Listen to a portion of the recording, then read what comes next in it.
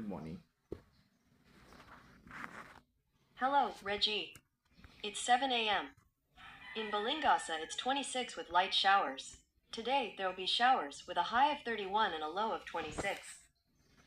Here's a joke to start your morning. Okay, here you go.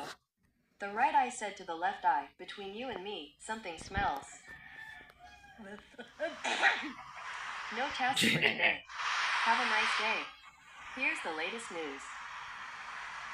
From DW News Brief at 2 a.m. today.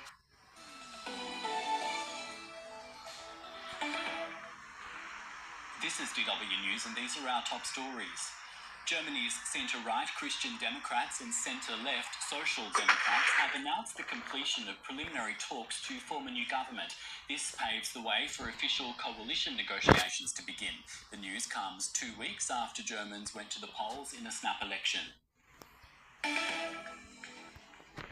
Syria's interim president has told insurgents to lay down their arms. Ahmad al-Sharaa warned fighters loyal to Bashar al-Assad they will face justice. More than 500 people have been killed in fighting, and there are reports of mass executions taking place. The clashes in Syria's coastal region are the deadliest since Assad's overthrow.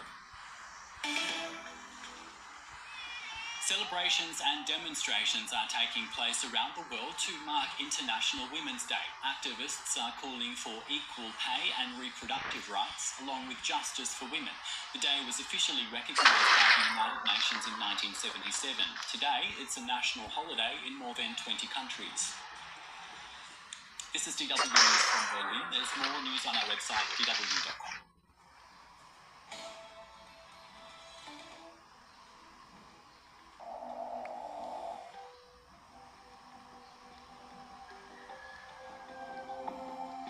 From Reuters' 5-minute news briefing, global, at 6:50 a.m. today.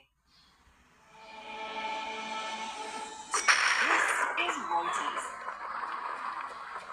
Despite the Russia, Donald Trump on Friday told reporters he found it easier to deal with Russian President Vladimir Putin than Ukrainian President Volodymyr Zelensky.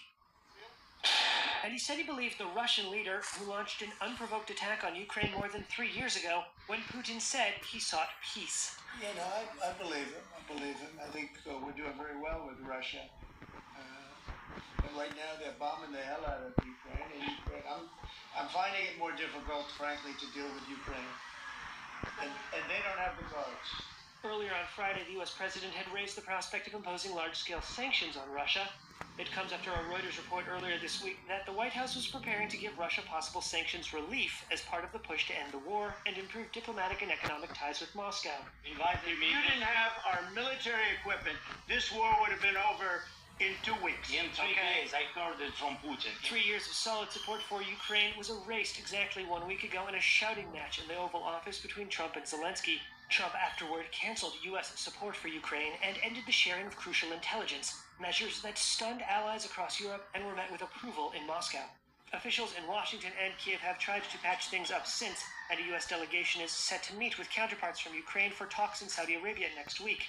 Trump has continued to suggest Ukrainian leaders need to prove they are serious about ending the war they did not start. As you know, we're meeting in Saudi Arabia on sometime next week early.